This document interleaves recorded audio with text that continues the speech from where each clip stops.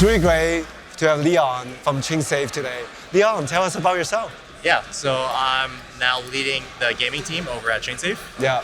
It was a long journey, but a lot of it came from Harmony. Wow. So, well, tell us a long story. Yeah, so it started off as a hackathon project. Right. So we did 2 hackathon projects. Yeah. One was a gaming one that connects games to the blockchain. Yeah. And then the second one, you definitely remember, Yeah. was atomic swaps between Bitcoin Lightning and Harmony. It's so cool.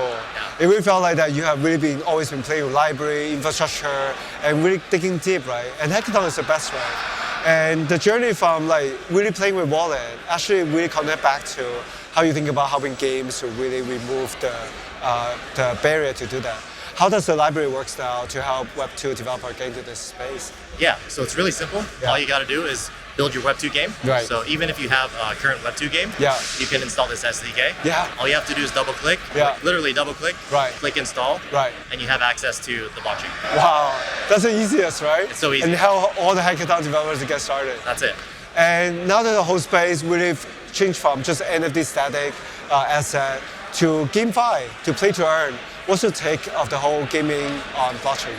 Yeah, I mean, what's great is a lot of the games now have this model, play to earn. Yeah. But what's missing are the tools. Yeah. So we got to find a way to make it easy for other developers to build their game. Yeah. So the main focus is just usability, not just for Web3 developers, Right. but for Web2 gamers. Right.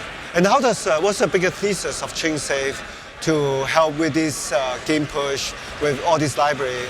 How does it come together as a vision? Yeah, so over at ChainSafe, being open source is probably one of our biggest philosophies. So that's a big reason why we kind of went with that. Yeah. And we also maintain Web3.js. So Web3.js connects the websites to the blockchain. Right. All these DeFi projects under the hood Totally. use this library. Everyone, almost. Everyone. Yeah.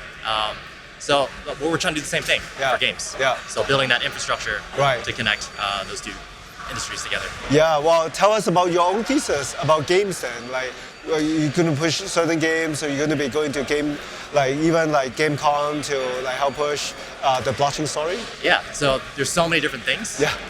Like right now we had a project that's able to connect their game to marketplaces. Yeah. So 1inch, Yeah. they Compound. Oh, wow. That's already done. Yeah, all the They did that assets, right? Yeah. last month. Yeah. So people are exploring that. Yeah. We're also exploring different blockchains. Yeah. So Harmony, of course. Yeah, totally. So any EVM compatible blockchain should connect. Yeah. So we're exploring that. Yeah. What gets me really excited is we're building the tools. Yeah. So I don't know what's going to happen in the future. Yeah. DeFi's this month. I don't know what's going to happen next month. Well, the great thing is it's all happening at the hackathon, right? So now that you're finally traveling, coming to Lisbon, how does it feel to doing hackathon in real person compared to last year? Oh, it's amazing. It's amazing. Just to see everyone here, like just to see you in person is right. It's a really great connection finally in person. Well, thank you for joining us today, Leon. Thank you. Such a pleasure. Thank you. Yeah.